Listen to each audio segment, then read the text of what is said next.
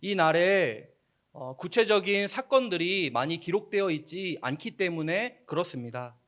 그러나 이 침묵은 아무 일도 일어나지 않은 고요한 평화의 시간이 결코 아닙니다. 오히려 폭풍이 몰아치기 직전에 숨막히는 긴장과 같은 침묵이 바로 오늘 이 수요일입니다. 겉으로는 조용하지만 그 이면에서는 역사의 방향을 뒤흔들 결정적인 일들이 은밀하게 진행되고 있는 날이 바로 오늘입니다. 예루살렘의 공기는 이미 무겁게 가라앉아 있습니다. 종교 지도자들의 마음에는 분노가 가득했습니다. 오늘 본문 바로 앞에 말씀을 보시면 성전 안에 대제사장 가야바의 뜰에서 은밀한 모임이 열립니다. 그들은 공개적으로는 할 수 없는 일을 어둠 속에서 계획하고 있습니다. 바로 예수님을 어떻게든 잡아 죽이려는 음모입니다. 그들은 밀란을 두려워하여 명절은 피하려 했지만 그들의 마음은 이미 사리가 깊이 자리하고 있습니다. 겉으로는 경건을 말하지만 속으로는 하나님의 아들을 제거하려는 어둠이 꿈틀거리고 있습니다. 그리고 또 다른 장면이 펼쳐집니다. 오늘 본문의 바로 다음 내용을 보시면 예수님의 가장 가까이에 있던 제자 중 하나, 돈꾀를 맡을 정도로 충신이었던 가룟 유다의 마음속에도 조용하고 치명적인 결정이 이루어지고 있습니다. 그는 대제사장들을 찾아가 은밀한 거래를 시작합니다. 내가 예수를 너희에게 넘겨주면 너희들은 나에게 얼마를 주겠느냐. 그들은 은 30을 약속합니다. 사람의 생명을, 그것도 하나님의 아들을 겨우 은 몇 잎으로 계산해버리는 끔찍한 거래가 성사됩니다. 그때부터 유다는 예수님을 넘겨줄 기회를 엿봅니다.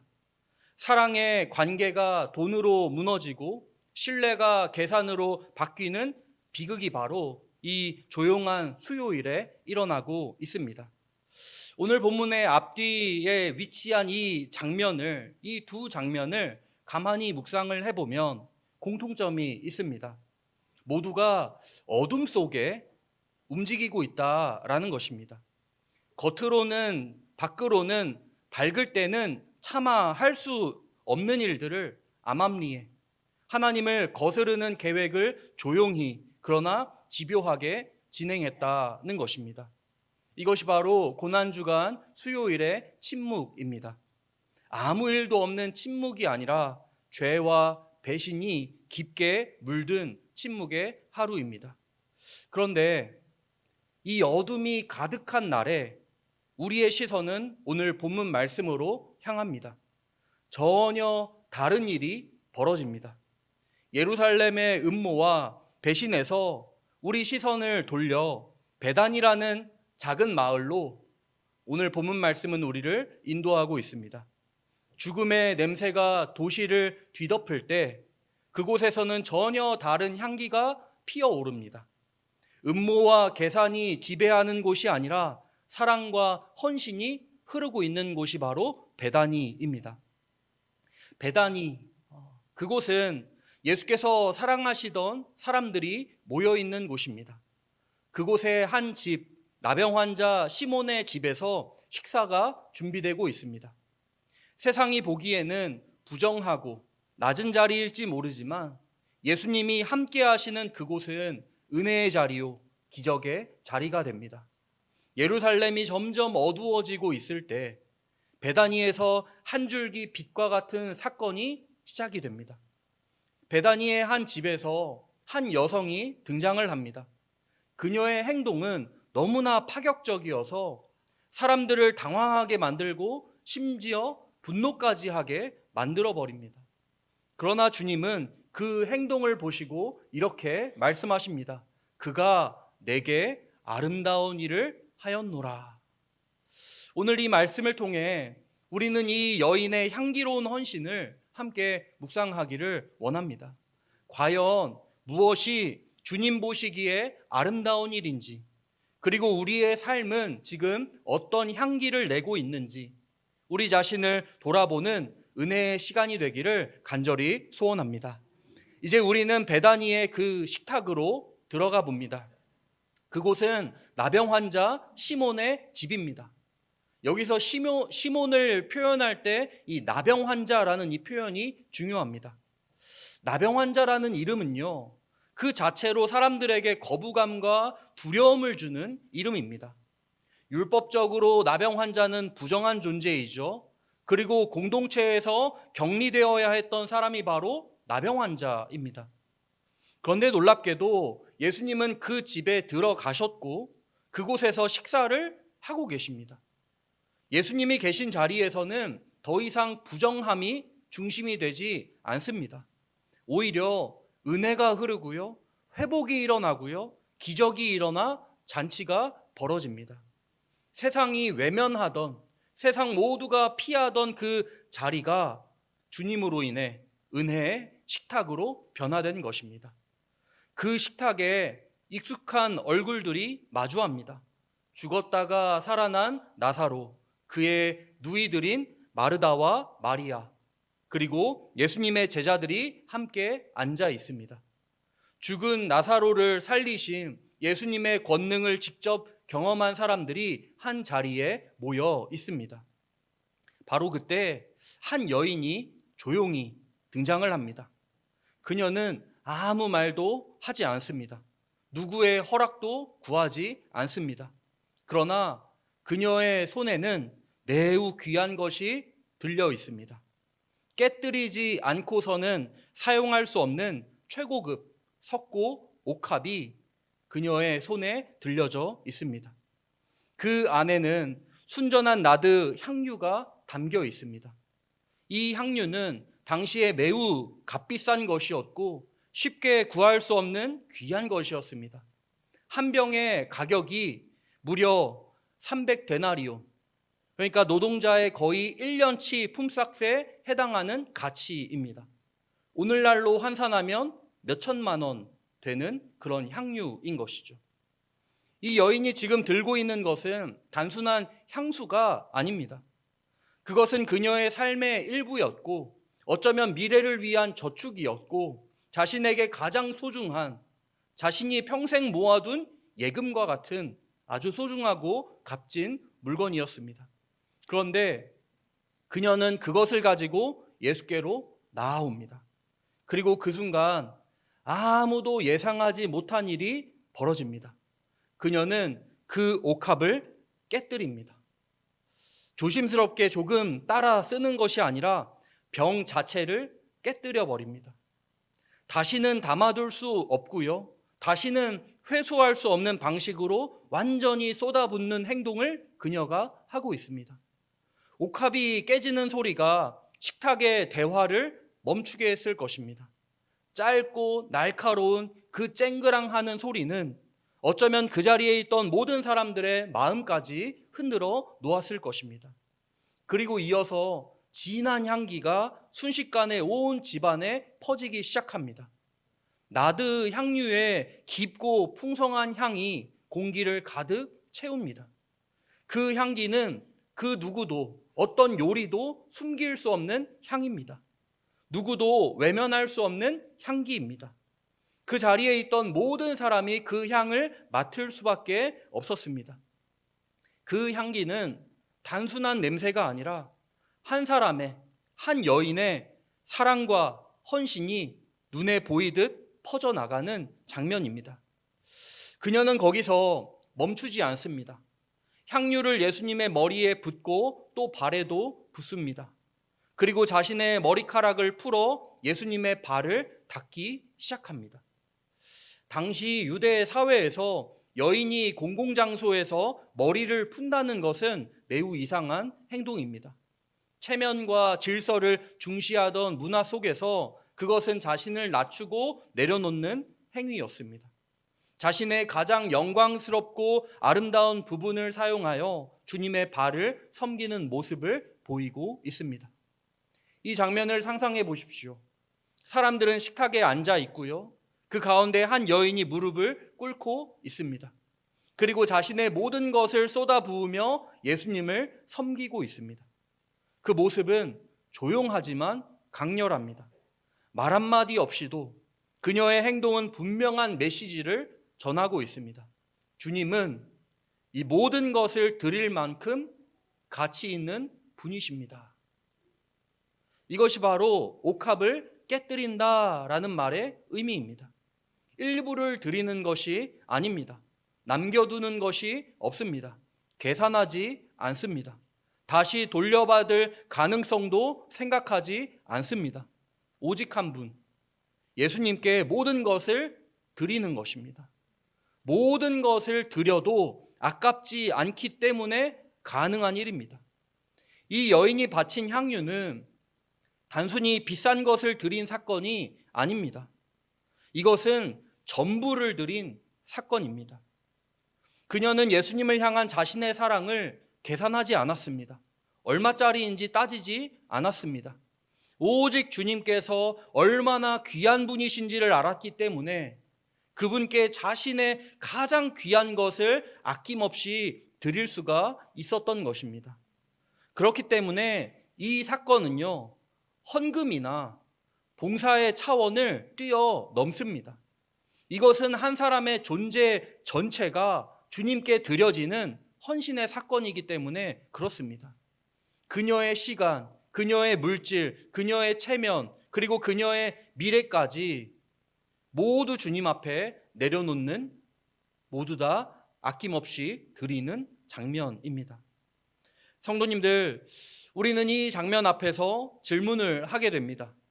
과연 나는 주님께 무엇을 드리고 있는가?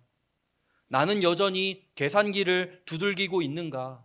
아니면 사랑으로 전부를 드리고 있는가? 혹시 나는 여전히 옥합을 꼭 잡고 붙들고 있으면서 조금씩만 주님께 흘려드리고 있지는 않은가? 이런 질문을 하게 됩니다. 오늘 이 베다니의 식탁에서 한 여인이 보여준 이 파격적인 헌신은 우리에게 깊은 도전을 줍니다. 주님은 지금도 우리의 전부를 받기 원하십니다. 우리의 남은 것이 아니라 우리의 중심을 받기 원하십니다. 그리고 바로 그 자리에서 진짜 향기가 흘러나오기 시작합니다. 그런데 성도님들, 이렇게 향기롭고 은혜로운 순간에 예상치 못한 반응이 터져 나옵니다. 한 여인이 1년치 일당을 다 주님께 바치면서 자신의 전부를 주님께 내어드리고 있는데 사람들이 감동을 하고 도전을 받기는커녕 오히려 불편함과 분노가 일어납니다. 제자들이 그 광경을 보며 참지 못하고 말합니다. 무슨 의도로 이것을 허비하느냐 얘기합니다. 무슨 의도로 이것을 허비하느냐 얘기합니다. 여기서 사용된 허비라는 말은요, 쓸데없이 낭비해버렸다라는 강한 비난입니다. 그들의 눈에는 이 여인의 행동이 전혀 이해되지 않았습니다. 아니, 이해할 수 없는 정도가 아니라 분노할 만큼 비합리적인 것으로 보였습니다. 왜냐하면 그들은 이 향유를 돈으로 보았기 때문입니다. 300데나리온이면 얼마나 큰 돈입니까? 한 사람의 연봉입니다. 그 돈이면 많은 사람들을 도울 수 있습니다. 굶주린 자들에게 빵을 나눠줄 수도 있고요, 어려운 이웃들을 구제할 수도 있습니다. 제자들의 말은 겉으로 보기에는 매우 옳고 매우 도덕적이며 매우 합리적으로 들립니다. 이것을 팔아 가난한 자들에게 주었더라면 더 좋지 않겠느냐? 얼마나 그럴듯한 말입니까? 특히 그 중심에는 누가 있습니까? 가룟 유다가 있습니다. 그는 가난한 자들을 위하는 것처럼 말하지만 성경은 그의 속마음을 분명히 드러냅니다. 겉으로는 선한 명분을 말하지만 속으로는 자신의 이익을 계산하고 있는 가룟 유다입니다. 사랑이 아니라 재물이 그의 기준이었습니다. 이것이 바로 제자들의 시선입니다. 그들은 향유의 가치를 계산하기 시작했습니다. 얼마짜리인가? 어떻게 쓰는 것이 더 효율적인가? 더 많은 사람에게 유익이 되는가? 그들의 기준은 철저히 경제적인 논리였습니다. 틀린 말은 아니지만 중요한 것을 놓치고 있는 시선입니다. 그런데 바로 그때 예수께서 말씀하십니다. 너희가 어찌하여 이 여인을 괴롭게 하느냐. 주님은 제자들의 말을 단순한 의견이 아니라 한 여인의 마음을 짓누르는 괴롭힘으로 보셨습니다. 그리고 이어서 이렇게 선언을 하십니다. 그가 내게 좋은 일을 하였노라. 여기서 좋은 일이라고 번역된 헬라어 칼로스라는 이 단어는요, 단순히 도덕적으로 선하다라는 의미를 넘어서 아름답다, 고귀하다, 매력적이다 라는 뜻을 가지고 있습니다. 다시 말해 예수님은 이 여인의 행동을 보시고 이것은 참으로 아름다운 일이다 라고 평가하고 말씀하고 계신다라는 겁니다. 같은 장면을 두고 있는데 완전히 다른 평가가 내려집니다. 제자들은 허비라고 얘기하고요, 예수님은 아름답다라고 얘기하십니다. 도대체 무엇이 이 차이를 만들어내는 걸까요? 그 차이는 무엇을 중심에 두느냐에 달려 있습니다.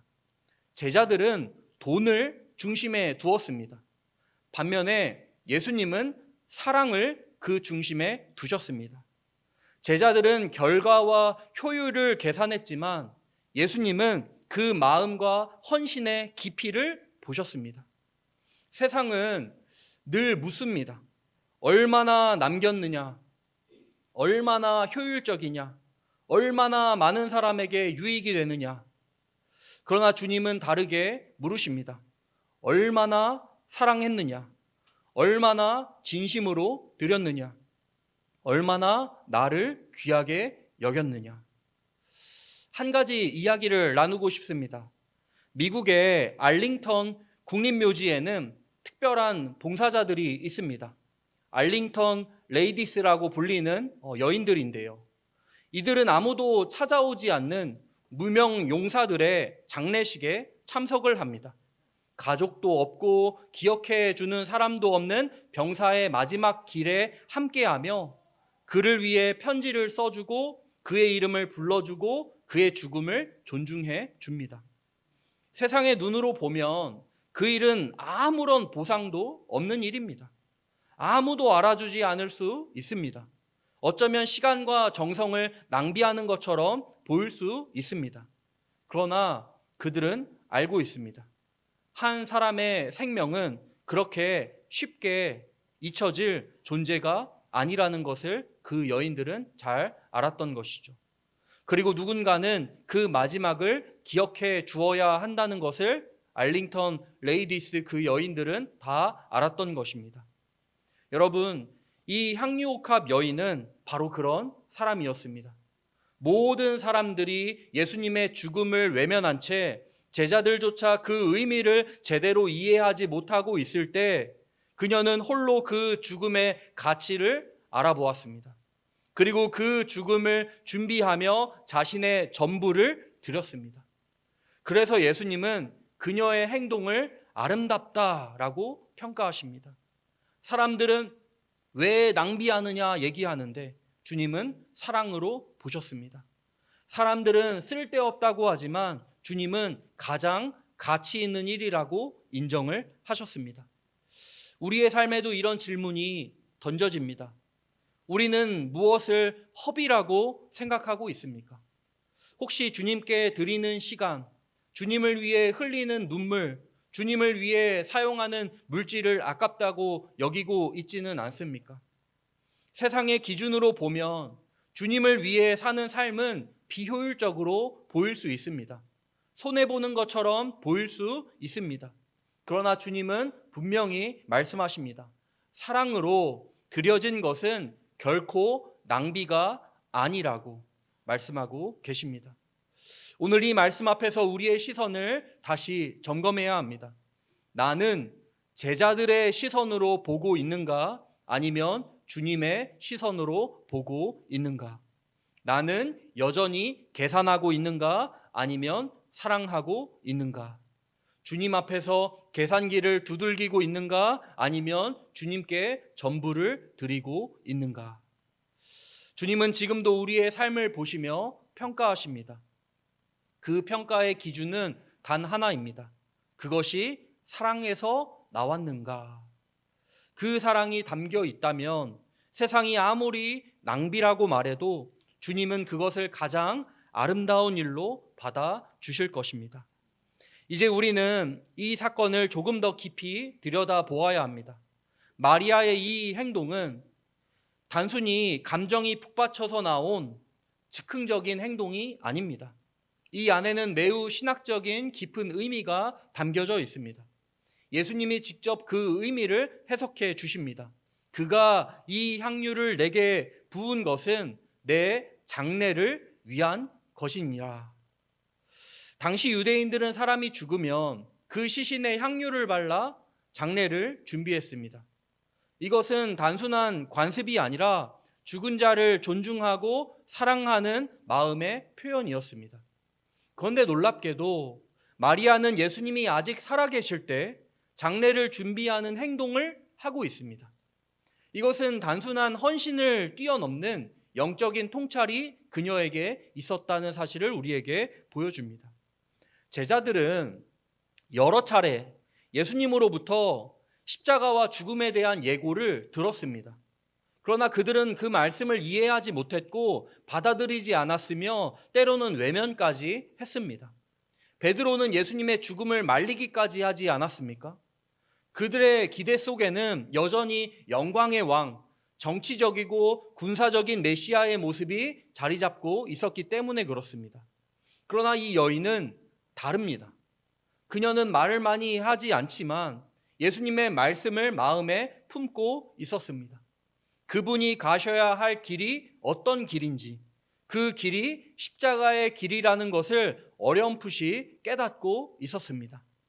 그래서 아무도 준비하지 않았던 그 장례를 그녀는 가장 먼저 준비하고 있었던 것입니다. 이것이 바로 영적인 민감함입니다. 모두가 놓치고 있을 때 주님의 마음을 알아차리는 것입니다. 모두가 다른 것을 기대할 때 하나님의 뜻을 붙드는 것입니다. 이 여인은 상황을 따라간 것이 아니라 말씀을 붙든 사람이었습니다. 그런데 이 사건에는 또 하나 중요한 의미가 담겨져 있습니다. 그것은 기름 부음, 곧 왕의 대관식과 연결되는 의미입니다. 구약에서 하나님께서 왕을 세우실 때 선지자를 통해 그의 머리에 기름을 항상 부으셨습니다. 사무엘이 다윗에게 그 기름을 부었을 때 그는 하나님의 택하신 왕으로 세워졌습니다. 기름 부음은 곧 하나님의 선택과 인정 그리고 사명을 의미하는 상징적인 행위였습니다. 그런데 이 여인이 예수님의 머리에 향유를 붓습니다. 사람들은 그것을 낭비라고 보았지만 영적인 관점에서 보면 이것은 왕을 위한 기름 부음과도 같은 장면입니다. 그러나 이 왕은 우리가 생각하는 왕과는 다른 모습입니다. 금으로 된 왕관을 쓰고 높은 보좌에 앉는 왕이 아닙니다. 가시관을 쓰고요, 십자가라는 보좌에 오르실 왕이십니다. 이 여인은 이 사실을 완전히 이해하지는 못했을지라도 그 본질을 붙잡고 있었습니다. 그녀의 행동은 결과적으로 예수님을 왕으로 인정하는 고백이 되었고 동시에 그 왕의 죽음을 준비하는 장례 의식이 되었습니다. 놀라운 일이죠. 한 여인의 헌신 안에 왕의 대관식과 왕의 장례식이 동시에 담겨 있습니다. 예수님은 우리를 위해 자신의 전부를 내어주실 왕이십니다. 그 사랑을 먼저 알아본 사람이 바로 이 향유옥합 여인입니다.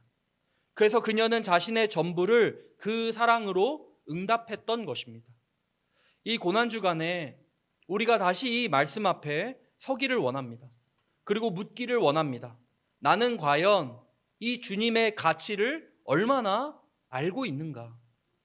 이 질문 앞에서 우리의 옥합이 다시 주님 앞에 놓아지기를 간절히 소원합니다. 이제 말씀을 맺겠습니다. 예수님은 이 사건을 마무리하시면서 놀라운 약속을 하십니다. 내가 진실로 너희에게 이르노니 온 천하에 어디서든지 이 복음이 전파되는 곳에서는 이 여자가 행한 일도 말하여 그를 기억하리라.